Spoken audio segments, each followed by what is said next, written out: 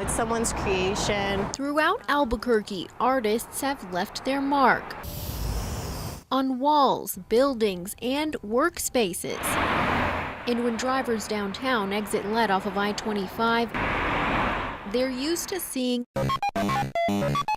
the iconic Pac-Man piece. Workers at the warehouse commissioned a local artist for the piece years ago. Then last week, cameras captured this guy ruining it all. He spent a half hour tagging a name completely over the Pac-Man mural. But if the vandal was looking for his 15 seconds of fame, he won't get it here. The name he wrote in pink and red graffiti was just wiped clean. Workers called 311 and a city crew came to clean it up. After all, art is an expression, and there's plenty of room to express without covering up someone else's creation. The artists, should respect each other's work. Gabrielle Burkhart, KRQE News 13. How's it going? Going all right. People who live or just like to walk downtown say getting around is tough when busy intersections don't have crosswalks. It's not a street you amble across.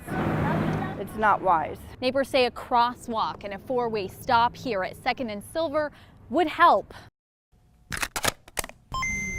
Remember that sound? I had one. Loved it. Back in the 90s, Pokemon was all the craze. Fast forward 20 years. These days, it's all about the app and being outside. Going from an 8-bit, no color screen to a full color 3D world, it's amazing, but it's a lot of fun. It's now normal to see people wandering with their phones, hunting virtual characters with Pokemon Go. Those purple flowers, the petals, that's the lure. But if you want to take interactive to the next level, you'll find Pokemon players aplenty at UNM. One of the hottest places if you're looking to catch more Pokemon is right here in front of Zimmerman Library. The Harvey House Museum sits on the edge of the train tracks in Belen. Sometimes I scratch myself on the head and I wonder what's going on here. In the early 1900s, it served as a restaurant for passengers. This weekend, We only know of what other people have caught down there. dozens of people will go looking for ghosts inside of it. We put a recorder in here, and this is where we got one of the EVPs of Please Wait. So we're really hoping to catch it again. It's part of the world's largest ghost hunt, where ghost hunting teams will use special equipment to go looking for paranormal activity all over the U.S., including right here in the Harvey House, where some people say eerie things happen from time to time. APD is now in the process of retraining every single officer in how and when to use force.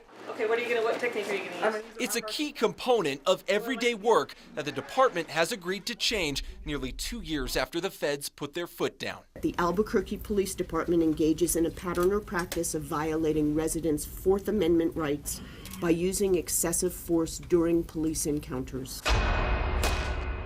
A finding that came after years of public scrutiny and protests through the streets of Albuquerque for the department's history of controversial shootings, violent arrests, and expensive lawsuits. They were the focus of a nationwide manhunt. And she just disappeared off the face of the earth. The 7 broke out of the South Texas prison. Maybe we have a link between at least 2 of the Texas 7 related to the disappearance of Carmen Gonzalez. The saga of the Texas 7 continues. That couldn't be more true for Santa Fe police detectives for the first time in 16 years.